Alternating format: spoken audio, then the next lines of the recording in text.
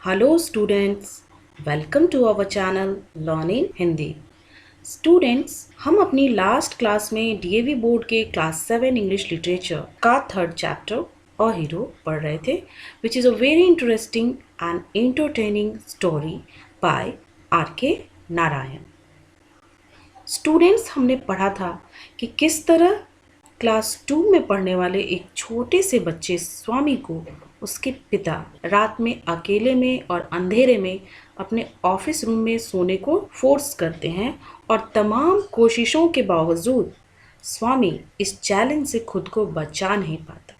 Students, अगर आपने story का पार्ट 1 नहीं पढ़ा हो तो हमने आपके लिए उसका लिंक अपने डिस्क्रिप्शन बॉक्स में डाला हुआ है। आप चाहें तो वहां जाकर स्टोरी के पढ़ाए हुए हिस्से को डिटेल्स में पढ़ सकते हैं। तो बच्चों, let us come to the point. रात में उस अंधेरे कमरे में स्वामी को कौन सी मुसीबत का सामना करना पड़ता है, हम आज की क्लास में यही पढ़ने वाले हैं। तो students, let us move on.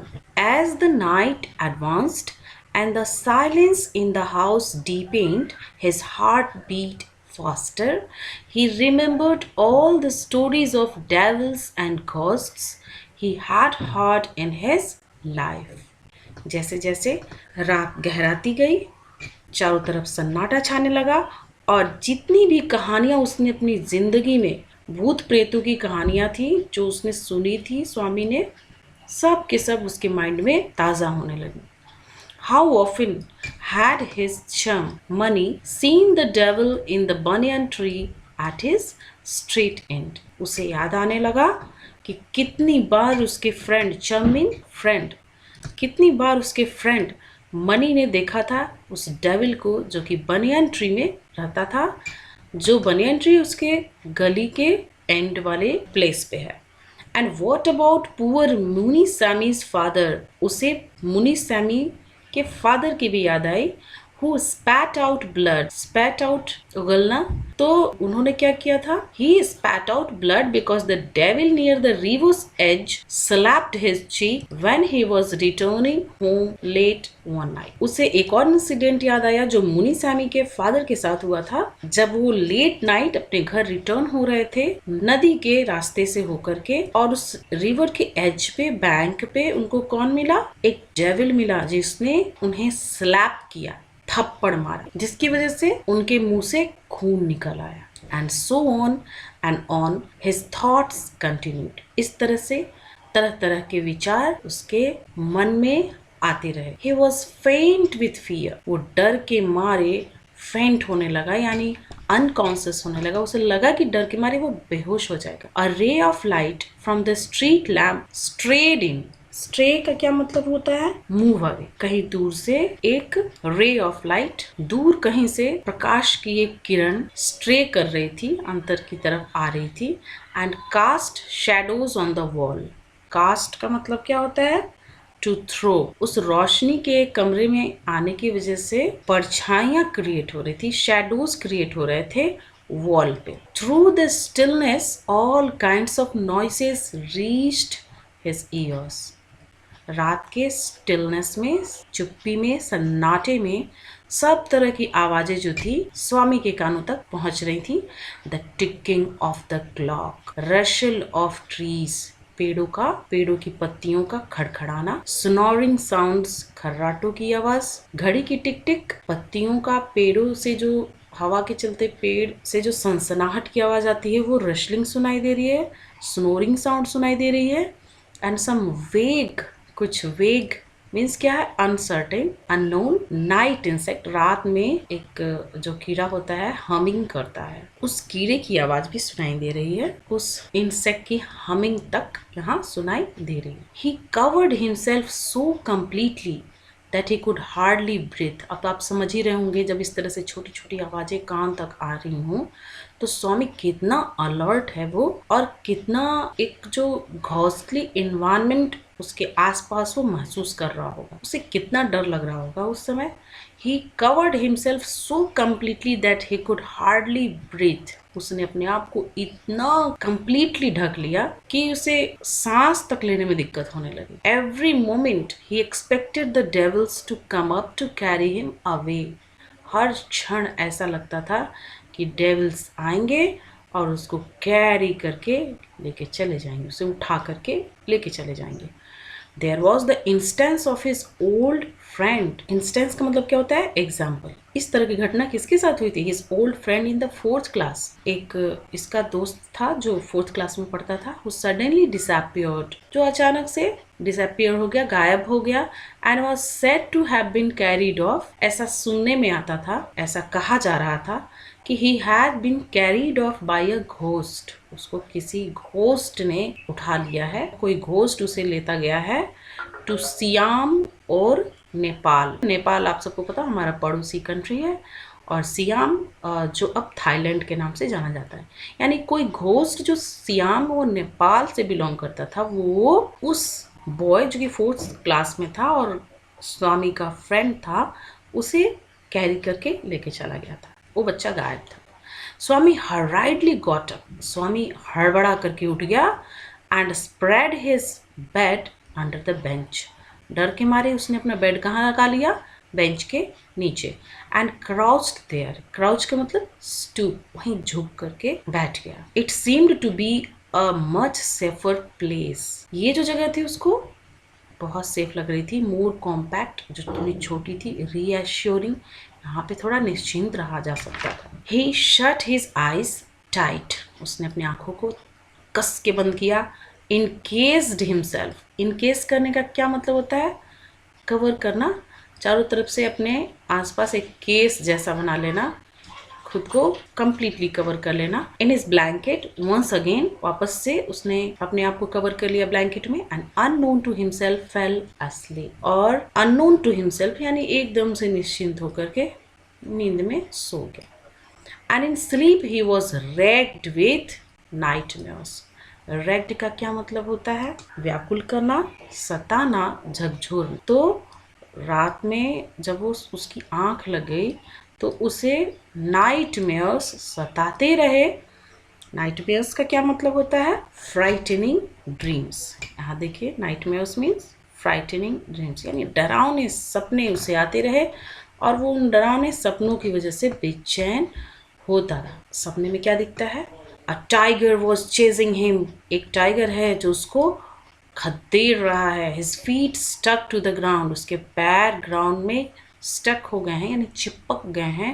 He desperately tried to escape. Desperately का यूज किया जाता है to emphasise the extreme degree of anything. किसी चीज को बहुत ज्यादा बहुत एक्सट्रीम डिग्री में रिप्रेजेंट करने के लिए डेस्परेटली वर्ड यूज किया जाता है।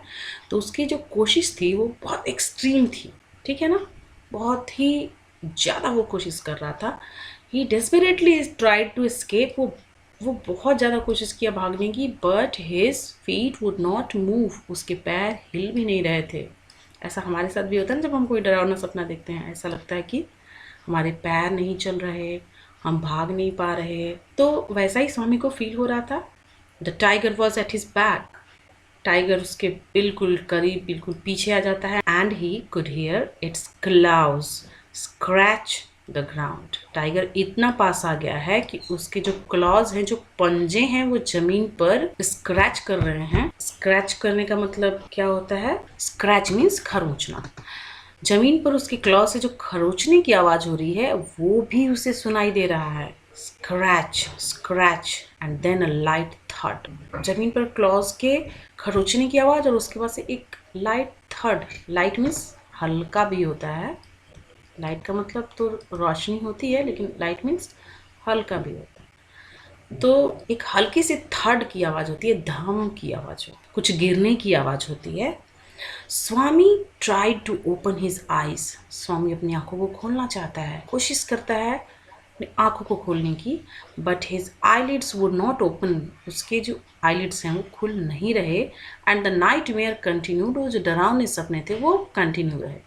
It threaten to continue for ever. ऐसा लग रहा था कि ये कभी खत्म ही नहीं होंगे, ये जो डरावने सपने हैं कभी खत्म नहीं होने वाले हैं। ये Swami groan in despair. Swami groan का मतलब क्या होता है? कराहना। Despair means complete hopelessness, absence of hope. मैं लिख देती हूँ एब्सेंस ऑफ होप। तो स्वामी को कोई उम्मीद नहीं थी और वो इसलिए स्वामी की उम्मीद बिल्कुल खत्म हो गई। स्वामी ना उम्मीद होकर के कराहता है विद अ डेस्परेट एफर्ट। बहुत कोशिश के बाद he opened his eyes, वो अपनी आंखों को खोलता है। he put his hand out, वो अपने हाथ को बाहर निकालता है ब्लैंकेट से, to feel his granny's presence, कि वो अपनी ग्रैनी को महसूस कर सके at his side, अपनी साइड में, क्योंकि नींद में वो भूल गया कि वो ऑफिस रूम में है। उसे ऐसा लग रहा है कि वो अपनी ग्रैनी के पास है, और जब उसे डरावने सपने आते हैं तो वो एज यूजुअल अपनी ग्रैनी को हाथ से टच करता है, देखता है। वो महसूस करना चाहता है, अपने डर को कम करना चाहता है कि उसके साथ ग्रैनी है, ये सोचकर। लेकिन जब हाथ निकालता है, एज वॉज हिज हैबिट, ये उसकी आदत थी, but he only touch the wooden leg of the bench. उसके टच में क्या आता है? बेंच का wooden leg. And his lonely state came back to him, और वापस से उसकी अकेलेपन की अवस्था उस तक आ जाती है, यानी उसको रियलाइज हो जाता है कि वो अकेले है। उसको याद आ जाता है कि वो ऑफिस रूम में है। ही स्वीटेड विथ फ्राइट। स्वीट क्या, यहाँ स्पेलिंग देख लीजिए। एक तो स्वीट आप जानते हैं, sugar is sweet, we like to eat sweets. लेकिन यहाँ स्पेलिंग देखिए, ई ए के साथ जो स्वीट लिखते हैं उसका मतलब होता है पसीना या पसीना आना, ठीक है ना। तो sweated with fright, he sweated with fright. And now what was this rustling? डर के मारे उसके पसीने आने लगे। और अब ये रशलिंग कैसा है? रशलिंग का मतलब क्या होता है? एक लो नॉइस, लो साउंड, किसी चीज के खड़खड़ की आवाज आ रही है। He moved to the edge of the bench. वो बेंच के बिल्कुल किनारे खिसक जाता है। And stared into the darkness. Darkness में घूरने लगता है, अंधेरे में घूरने लगता है। Something was moving down. कुछ था जो नीचे की तरफ आ रहा था। समझ रहे हो? बेंच के नीचे है स्वामी, और कुछ है जो जहां पर वो सोया है ठीक वहीं पर नीचे की तरफ आ रहा है। He lay gazing at it in horror. वो वहीं पड़ा पड़ा गेज करता रहा डर के मारे। गेज करने का क्या मतलब होता है? टू लुक कंटिन्यूअसली, ठीक है ना। वो लगातार टकटकी लगा करके डर के मारे दिखता रहता है। His and had come. उसे ऐसा लगता है कि आज उसका एंड हो जाएगा। He realise that the devil would presently pull him out. उसको ऐसा लगता है डेविल उसे अभी के अभी बाहर खींच के निकालेगा, एंड टीयर हिम, और उसको चीर डालेगा। सो वाई शुड ही वेट? तो वो जब उसे ऐसा लगता है तो वो सोचता है कि वाई शुड आई वेट, मैं क्यों इंतज़ार करूं? यानी स्वामी क्यों इंतज़ार करे कि वो भूत आए, उसे बाहर निकाले और उसे चीर डाले। बच्चों, तो ये जो मेंटल स्टेट है, बस यही करेज है। यहाँ पर स्वामी के माइंड में साहस आने लगता है to face the situation, to face the challenge before him, to handle the things happening with him. Okay, तो यहाँ देखिए क्या होता है। As it came nearer he crawled out from under the bench. जैसे ही वो चीज इसके पास आई, he crawled out from under the bench. वो बेंच के नीचे से रेंग करके बाहर निकलता है।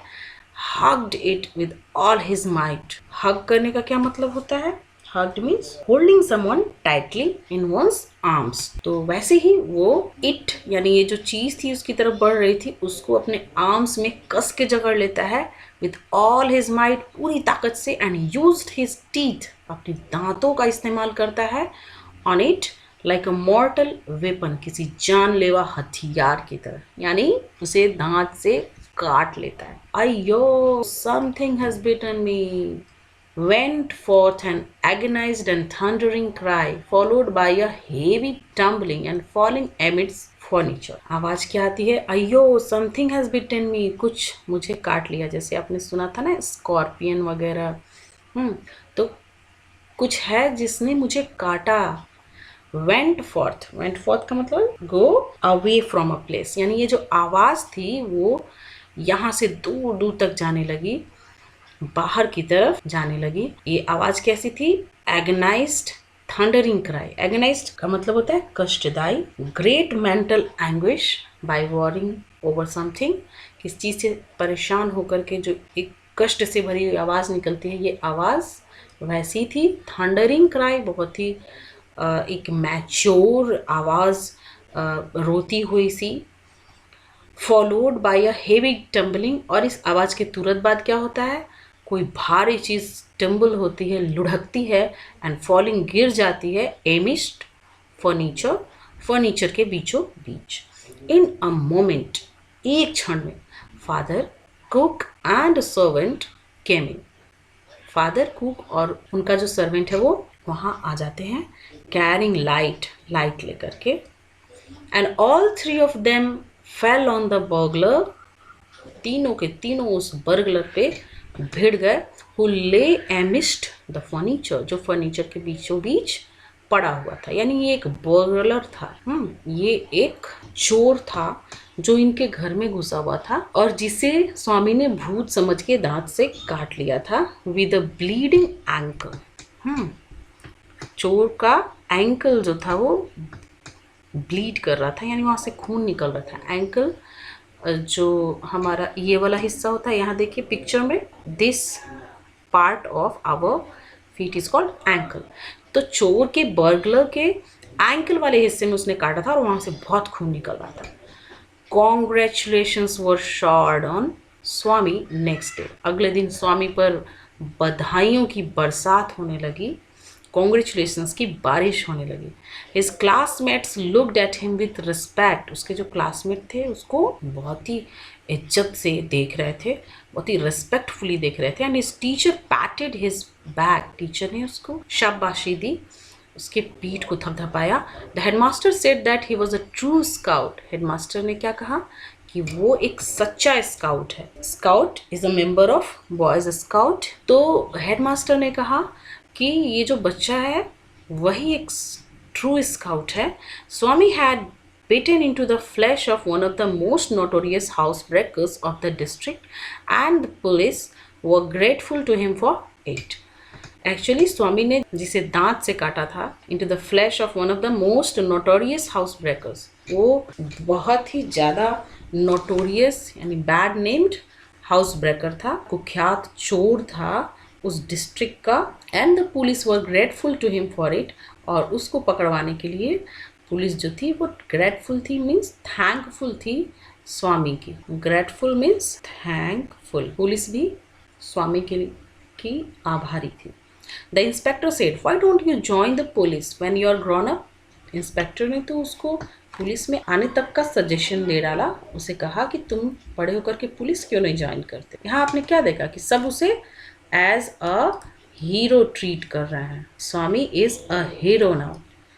स्वामी said for the sake of politeness, Swami ने बस पोलाइटनेस की खातिर, उसे पुलिस बनने की जो नसीहत दी जा रही है उसकी खातिर कह दिया सर्टेनली यस, बिल्कुल। Though he had quite made up his mind, जबकि उसने अपना माइंड मेकअप कर रखा था, to be an engine driver, a railway guard और a bus conductor letter in life. वो हालांकि बनना चाहता था इंजन ड्राइवर, रेलवे गार्ड और बस कंडक्टर, फिर भी उसने कह दिया कि बिल्कुल वो पुलिसमैन भी बनेगा। When he returned home from the club that night, उस दिन फादर जब रात को क्लब से वापस लौटते हैं, he asked, where is the boy? कहाँ है वो लड़का? He is asleep, वो सो गया है। Already? पहले? He didn't have a wink of sleep the whole of last night, said his mother. उसकी माँ उनको रिमाइंड करती हैं कि कल की रात वो एक झपकी भी नहीं लिया है। विंक का मतलब क्या होता है? The act of closing eyes. तो उसने कल रात पूरी की पूरी रात एक विंक, एक झपकी तक नहीं ली है, ऐसा उसकी माँ ने कहा।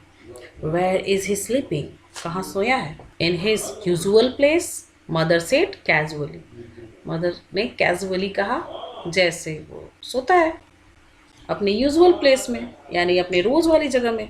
He went to bed at 7:30, sleeping beside his granny again. माँ ने बताया कि वो 7:30 पे ही बेड पे चला गया था, sleeping beside his granny again. Father से फादर एक्सक्लेम करते हैं कि फिर से ग्रैनी के पास सो गया. No wonder he wanted to sleep before I could return home. Clever boy. Father कहते हैं कि इसमें कोई आश्चर्य नहीं है कि वो मेरे आने के पहले सो जाना चाहता था, मेरे घर आने के पहले सो जाना चाहता था. क्लेवर बॉय, चालाक लड़का. Mother lost her temper. अब माँ को गुस्सा आ गया. You let him sleep where he likes. माँ ने क्या कहा? आप उसे सोने दो जहाँ पे वो सोना चाहता है.